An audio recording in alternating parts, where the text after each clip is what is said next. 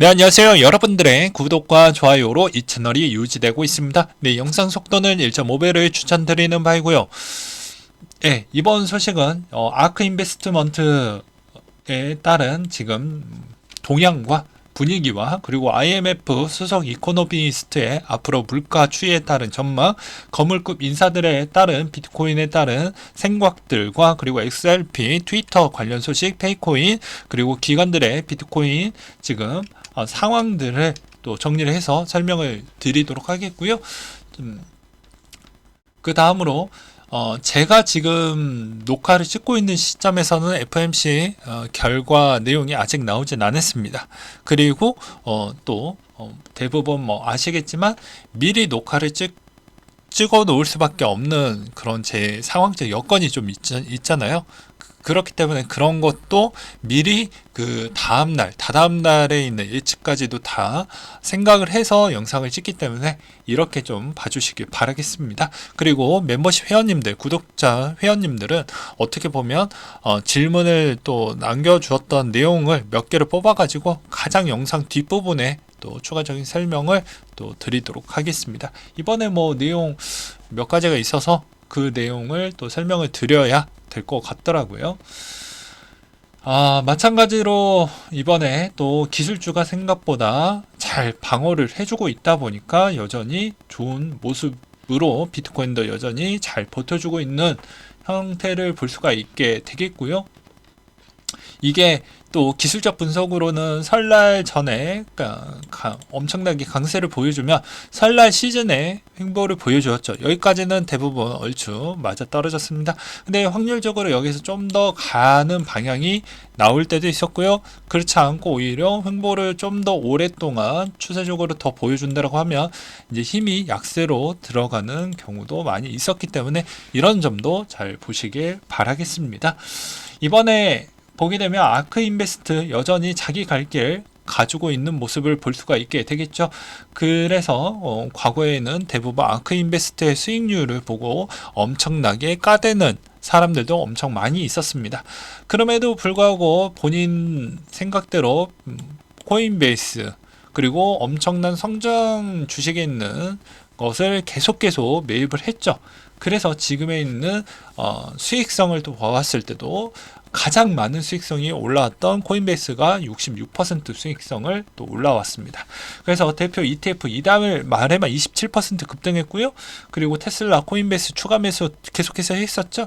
그래서 더 주달을 했고 아크 지난해 70% 급락했고 올해 연준 속도 조절 기대감에 반등을 보여주었고 우드 ETF 8개 모두 상승세이다. 자금은 70억 달러 여전히 계속해서 이 눈안을 보여주고 있습니다. 그러니까 여러분들도 당장 바로 앞에 있는 실적 대비도 중요하겠지만 내 마음을 다스리기 위해는 그게 상당히 중요하겠죠. 근데 우리는 1년의 총 수익률이 상당히 중요합니다. 예. 왜냐? 앞으로 이게 중간에 나 이 정도만 벌고 더 이상 이 시장에 발을 들어놓을 생각이 없다 라고 하면은 그 말이 맞기도 하겠지만 그렇지는 않을 거잖아요. 그래서 이런 이야기를 좀 드리기도 했었고 그 다음에 IMF 수석 이코노미스트가 이번 물가 부분에 따른 언급을 했는데 인플레이션에 대한 좋은 소식도 있는데 아직 갈 길이 좀 남았다. 소비자 물가, 전반적인 물가 지수 정점을 찍고 조금씩 내려오고 있다. 반면 변동성이 조금 더 큰 에너지와 식품 가격을 제외하기 때문에 중앙은행들이 주시하고 있는 근원 물가는 여전히 매우 높다. 이는 아직 할 일이 많이 남았고 중앙은행들이 올해도 긴축 기조를 이어나갈 것으로 보여지며 근원 물가가 목표 추이를 제대로 나아갈 때까지는 아무래도 내년 정도를 좀 봐야 되지 않겠냐. 이 말의 의미는 어떻게 해석을 제가 해봤냐면요. 자, 이게 홀이냐 짝이냐에 지금 많이 나뉘어져 있습니다. 그렇잖아요. 누군가는 지금 아직은 아니야 또는 지금이 기회다 라고 이야기를 하고 있는데 여러분들의 생각도 저는 매우 궁금해집니다. 근데 확실한 건 2024년도 때 이런 불확실성이 거의 확률이 많이 내려가는 구간은 맞기 때문에 사람들이 이렇게 갈팡질팡 할 때 투자를 해야 어떠한 결과물에 있는 성과도 커지겠죠. 왜냐? 누구나 다 어렵고 판단하기가 어려운 그 시즌에 일단은 봉착해져 있기 때문에 그만큼 수익성도 상당히 매력적으로 다가올 수 있다는 것입니다.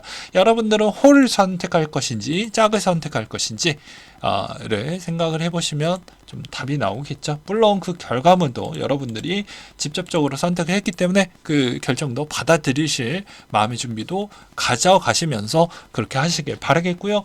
그 다음에 웨이브의 USDN 스테이블코인 이름을 좀 변경을 했다라고 합니다. XTN으로 변경을 했다라고 하고요. 그 다음에 거물급 인사 2명이 있었는데요. 그 중에 진 크레이머가 야 이제부터 강세장이야 라고 이야기를 하고 있습니다. 항상 이분의 반대가 좀 분위기가 너무 확률적으로 잘 맞았기 때문에 그런 점도 좀 유심하게 봐야 되겠고요.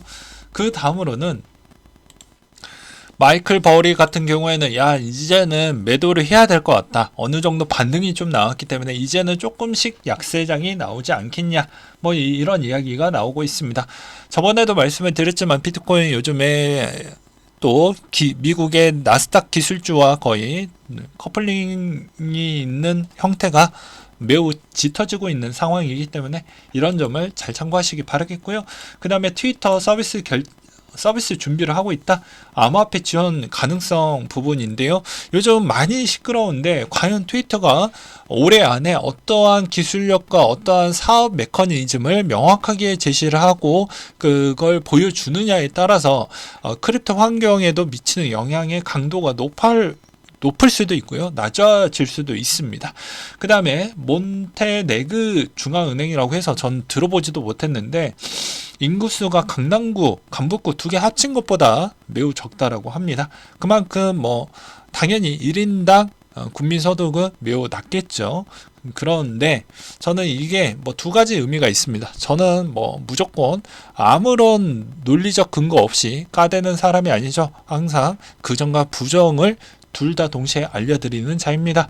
긍정적으로 해석을 해본다고 하면 당연히 신흥국 부분에 있어서 이런 쪽을 많이 앞으로 잠재적인 고객, 미래적인 고객으로 생각을 해서 이렇게 결탁을 하는 경우로도 볼 수도 있겠지만 약간의 부정적으로 본다고 하면 아무래도 왜 지금까지 잘 성장을 하고 실적도 잘 냈는데 왜 글로벌 은행들과 더욱더 파트너십하고 제휴와 그 다음에 추가적인 송금 부분에 있는 드라마틱한 5대1 실적을 왜 가지고 오지 못하느냐에 따른 또 논고도 나올 수도 있겠죠.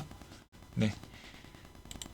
그 다음으로 페이코인 이제 운명의 시간이 다가오고 있습니다. 이제 페이코인을 들고 계시는 분들은 상당히 힘들어 하실 것 같은데요. 이 결과가 상당히 이미 좀 한쪽으로 기울어져 있기 때문에 여러분들에게는 그래도 한편의 희망 같은 존재는 소송권인데 이 소송은 생각보다 오래 걸립니다. 그러하기 때문에 손실률이 웬만하면은 그래도 범위 안에 들어가져 있으면 최대한 정리를 해서 차라리 다른 코인으로 수익을 해증하는 형태로 가는 게 맞지 않겠냐라고 저는 말씀을 드리고 싶고요. 그 다음에 이때까지 제가 코인 투자를 했던 과거 이력을 보게 되면 김치코인이 수익성을 좋았던 시점은 항상 불장일 때만 주었지 항상 안 좋았었을 때 시장일 때는 내 자산이 아예 없어지는 경우도 많이 있었습니다. 이건 확률적인 부분으로 말씀을 드리는 거예요. 그래서 여전히 국내 코인도 훨씬 위험할 수가 있다. 근데 지금 최근에 STO 토큰이 나오고 있는 지금 그런 프로젝트를 계속 정부 산하기관에서 준비를 하고 있기 때문에 이것도 한번 좀 같이 보시길 바라겠어요. 그 다음에 기관 투자자 60% 암호화폐 이더리움 쪽에 관심이 매우 높다. 그 다음에 비트코인 등등 이렇게 보여지는데요. 너무 갭 차이가 너무 커서 더 이상 말하기에는 좀 부담스럽다라고 볼 수가 있습니다. 근데 왜 이더리움을 높은 평가를 주었냐? 아무래도 EAA에 있는 연합 체계가 일단 구축이 되어져 있다라는 것과 그 다음에 거기에서도 또 다른 부분은 플랫폼에서 이제 구글이 플랫폼으로 성공했던 구도를 보았기 때문에 아무래도 이제 이더리움이 이쪽 시장에서는 그래도 플랫폼으로 구현했던 게 NFT, 그 다음에 디파이 잘 돌아갔던 했었던 그런 프로젝트들이 많이 있었기 때문에 아무래도 그걸 더 높은 평가를 보일 수밖에 없다라는 것이겠죠. 그리고 그에 또 견줄 만한 경쟁자들이 무언가를 하겠다라고 이야기를 했지만 벌써 몇 년이 지나갔습니까? 이때까지 그렇게 뚜렷한 성과와 그쪽에 있는 레이어들이 생각보다 좋은 성과를 못 냈기 때문에 지금의 이더리움이 독보적으로 갈 수밖에 없다, 이렇게 이야기가 나올 수밖에 없겠죠.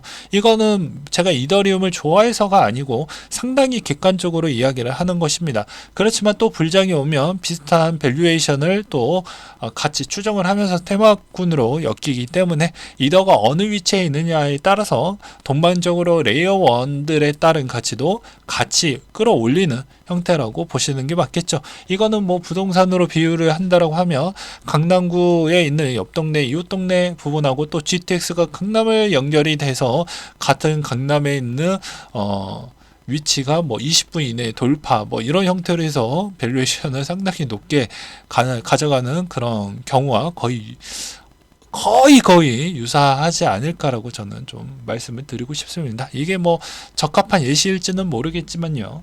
그 다음으로 기관들의 움직임이 요즘 되게 재밌는데요. 비트코인 랠리에 기관 투자자들 다시 돌아왔다. 지난주 디지털 자산 투자 상품에 1,500억 원 긁어냈다. 그래서 펀드 관리 자산 규모도 43%나 증가했고 비트코인 이달 40%나 급등을 했고 전체 실현 손익 플러스 전환했으며 약세장 마지막 신호탄이다. 뭐 이런 이야기가 나오고 있습니다. 근데 최근에 ETF 운용사 들은 기관 거죠. 그래서 비트쉐어스나 이런 쪽을 보게 되면 상당히 많은 자금들이 이번에 평단을 낮추고자 해서 많은 자금이 들어왔기 때문에 이런 부분은 우리한테 나쁘지 않습니다. 그리고 그런 운영사들도 어떻게 보면 그 ETF를 상품을 계속 유지를 해야 되기 때문에 아무래도 그런 선택적 결정이 들어왔다. 그리고 물타기한 적재적소에 있는 시기라고 판단이 되었기 때문에 그 자금이 적절한 시기에 들어왔다, 이렇게 보는 게 맞겠죠. 왜냐하면 갭 차이가 많이 들어오면 상당히 또 힘들어할 수가 있기 때문입니다. 근데 반면에 이것도 상당히 중요한 게 운용 상품군이 정말 인기가 없고 재미가 없고 손실률만 커졌다라고 하면 언제든지 없어질 수는 있습니다. 왜 그러냐면 이번에 최초로 NFT 운용 ETF가 최근에 상장 폐지가 됐기 때문이죠. 그래서 여러분들이 생각하는 개미의 운영 수익 기간과 ETF를 운영하는 운영 기간에 있는 수익은 다릅니다. 왜냐? 수익 회수 기간에 있는 부분이 다 주관적으로 제각각인데 기간이 갖고 있는 수익적 기반 요소가 훨씬 더 길고 롱런하게 가져가고 있다는 것이죠. 그리고 언제든지 운영사는 상당히 보수적으로 운영을 하고 있기 때문에 문제될 것도 없고요. 그러니까 그런 측면도 같이 한번 보시길 바라겠고요. 그리고 이 부분은 지금이 적절하게 가장 저렴하다라고 생각을 했던 부자들이 훨씬 더 많다라는 것입니다. 최근에 미국의 저축률 추이면서 부채가 올라갔던 추이에 있는 갭 차이를 보게 되면 누구나 알 수가 있겠죠. 그 다음으로 암호화폐 홍보한 유명인들이 상대로 집단 소송이 좀 있었다고 하는데요. 마돈나가 이번에 좀 가장 주목을 받고 있다고 합니다. 소비자 보호법과 연방증권법에 위반했다라는 제소가 나왔고요. 이번에 소장은 마돈나가 원숭이 NFT와 함께 메타버스 세상이 들어섰다라고 트윗해서 적시를 했고, 이게 2개월 뒤에 50만 달러에 달하는 실증난 원숭이 클럽 NFT 보상을 받았다라는 측면이 좀 영향을 끼쳤다고 합니다. 근데 이게 꼭 마돈나일 뿐인 게 아니죠. 이 소송이 제소가 됐기 때문에 결과가 어떻게 나느냐에 따라서 앞으로 주구장창 연예인들이 연속적으로 소송에 연루가 될 수가 있다라는 점이 나오게 될 것이고요. 그랬을 때 NFT에 있는 이쪽에 또 얽혀져 있는 그 NFT 가치가 어떻게 움직일지도 좀 같이 보시길 바라겠습니다. 그 다음으로 대신증권이 이번엔 조각투자 1호 카사코리아 인수할 것이다. STO 이제 있는 범위가 확장세를 보여주고 있고 국내에 한해서예요. 국내에 한해서 이런 프로젝트를 진행을 하려고 하다 보니까 이제 인수에 본격적으로 동참을 해주고 있다라고 볼 수가 있겠고요. 마이크로 스트래티지가 이제 4분기 추정치입니다. 아직 제가 실적 나오기 하루 전에 녹화를 찍고 있다 보니까 아직은 나오지 않았는데 대략적으로 $10,000,000 정도 순이익이 나올 것 같다. 이게 왜 그러냐면 세금에 따른 절세 효과로 샀다 팔았다를 했죠. 그래서 그걸 좀 평단을 많이 좀 낮추는 효과도 있었고 세금도 챙겨 먹는 전략으로 4분기 때 좀 진행을 했기 때문에 그 수익성에 어느 정도 보상이 나왔다. 이렇게 보는 게 맞을 것 같습니다. 그리고 피델리티 기간의 전용 암호화폐 사업 부분 총괄이 3이 됐다라고 해서 아직도 보게 되면 좀 주춤거리는 이유가 뭐 있는데 뭐 여러 가지 좀 준비 사항이 있어서 좀 진통이 있는 것 같습니다. 네, 거래소에 있는 최신 보도 자료도 아직은 9월달 이후에 뭐 별다른 자료가 나온 게 없기 때문에 저도 뭐라고 말씀드리기가 좀 그렇네요. 그 다음으로 사모펀드 운영사 해밀턴 레인이 폴리곤 기반의 피터 펀드를 출시하겠다라는 것과 테슬라가 작년에 토탈에서 비트코인 평가 손실이 대략 한 1,600억 정도 손실이 났다라고 합니다. 그리고 1월 비트코인 ETP 상품이 9,100개 비트코인 순유입이 됐다. 작년 5월 이후 최대치가 들어왔다. 이건 의미가 두 가지가 있다라고 아까도 설명을 드렸죠. 예, 저렴한 가격대가 해서 물타기용으로 운용사가 물타기용으로 자금이 좀 들어왔다라는 것과 그 다음에 두 번째로는 이제 어느 정도 여유가 됐던 사람들의 있는 생각의 패턴이 좀 바뀌었다라고 볼 수가 있게 되겠습니다. 왜냐? 대부분 부자들에 대한 생각들은 어떻게 생각을 볼 수가 있냐면 과거에도 이거 설문조사 나왔던 게 있었죠. 연봉이 6천만 원 구간대는 이거 단기적인 수익에 상당히 민감하다라고 했고 연봉이 이제 대부분 1억 원이 최소 넘어가는 경우에는 별로 신경 안 쓴다라고 되어져 있었습니다. 여기까지 아마 아실 거예요. 근데 여기에서 대부분 여기에 이상이 있는 이 구간대이신 분들이 왜 여기에 왜 들어오고 있냐 라고 물어보면 대부분 저의 지인분들도 부자이신 분들이 몇 분이 계십니다.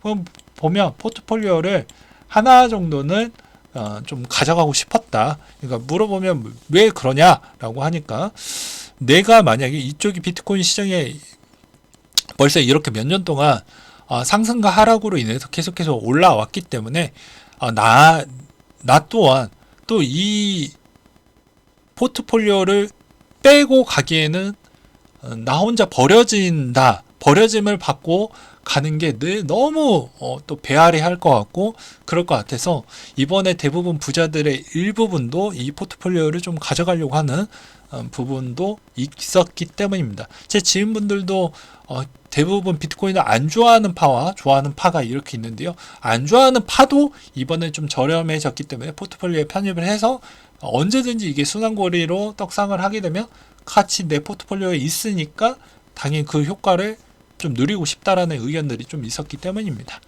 자, 그 다음으로 댓글에 대해서 제가 한 두 가지 정도를 뽑아가지고 설명을 드린다고 했었죠. 그래서 보게 되면 저는 다 읽어봅니다. 근데 댓글을 잘 안 남긴다라고 이야기를 했죠. 커뮤니티에다가는 절대로 남기지 않습니다. 대부분 읽고 방송에서 녹여서 설명을 드리거든요. 네. 그래서 보게 되면 SSG님께서 보게 되면 나스닥과 커플링이라면 지속적으로 코인이 상승한다 라고 되어져 있습니다. 근데 미국 경제는 건조하다라고 하는데 이거는 하반기와 그리고 2024년도를 넘어가 봐야지 이게 어느 정도가 확인이 되는 구간으로 저는 설명이 될 것 같아요. 아직은 이걸 명확하게 건강하다 라고 보기에는 조금은 어려운 부분이 많이 있기 때문입니다. 저는 좀 보수적으로 생각을 하고 있고요. 물론 어떤 생각이든 간에 의견에 따른 존중은 다 할 수 있습니다. 왜냐? 지금은 아까도 이야기를 했듯이 홀과 짝으로 나뉘어져 있습니다. 누군가는 상승한다. 누군가는 좀 재미없을 것 같다. 라는 주장이 지금 엇갈리고 있고요. 전문가들도 엇갈리고 있는 시즌이기 때문입니다. 그래서 어떤 주장을 내비쳤던 간에 다 존중을 받을 수밖에 없는 시즌이라고 저는 생각이 들어요. 그 다음으로 나스닥과 커플링이라면 비트코인 70% 하락, 나스닥은 20% 정도 하락, 이 사실을 어떻게 해석하면 좋을까요? 라고 물어보셨는데, 과거와 지금은 조금은 다릅니다. 간단하게 이제 시간 관계상 20분이 또 넘어가기 때문에 짧게 이야기를 한다고 하면, 비트코인 70% 하락 때는 그때 기간이 들어오는 물량도 적었고요. 그 다음에 공통된 악당이라고 했던 금리에 있는 여건이 이 상황도 또 좀 달랐고요. 여러 가지 부가적인 요소에 있는 건수들도 달랐습니다. 근데 지금의 커플링 상황을 본다라고 하면 앞으로 비트코인과 갭이 계속 추정을 하면서 갈지 아닐지는 좀 더 봐야 된다라는 것이죠. 왜냐하면 지금의 공통된 악당은 누구나 금리이죠. 금리를 엄청 빨리 올렸으니까. 근데 금리가 어느 정도 이제 생각보다 좀 안정권으로 가게 되면 자기 갈 길 또 갈 수도 있습니다. 모든 자산군들이. 지금은 공통으로 지금 묶여져 있는데 이게 이제 안정권까지 내려오게 되면 자기 갈 길 갈 수도 있어요. 근데 그때 그 시점에 맞춰서 기관들이 얼마나 비트코인을 많이 모였냐에 따라서 그게 앞으로 추정하는 그 상관계수 범위가 더 높아질 수도 있고요. 아니면 과거 지금 2022년도, 2023년도 만큼 거의 추정하면서 상관계수가 그 정도로 유지를 해줄 수가 있겠고요. 그렇지 않은 경우도 나올 수도 있다라는 것도 좀 봐야 되겠죠. 그래서 이런 점을 좀 보면서 봐야 되지 않을까라고 생각을 합니다. 그 다음으로 이제 보게 되면 여전히 어려운 시장입니다. 확인하기도 어렵고 박막시 다 여러분들이 다 맞는 이야기입니다. 왜냐? 올해는 그만큼 작년도 똑같았지만 올해도 그만큼 어려운 시장이고 판단하기가 어렵기 때문에 어떠한 주장이든 다 맞아 떨어지는 주장이라고 생각을 하면서요. 돌아오는 24년도 때는 그 주장이 이제 한쪽으로 명확하게 보여주는 시장이기 때문에 더 많은 부를 축적을 하고 싶다라고 하면 이런 좀 헷갈리는 이 시장에 어떤 쪽에 돌을 던질지 여러분들이 직접 선택을 한번 해보시길 바라겠습니다. 네, 이상으로 마치도록 할게요.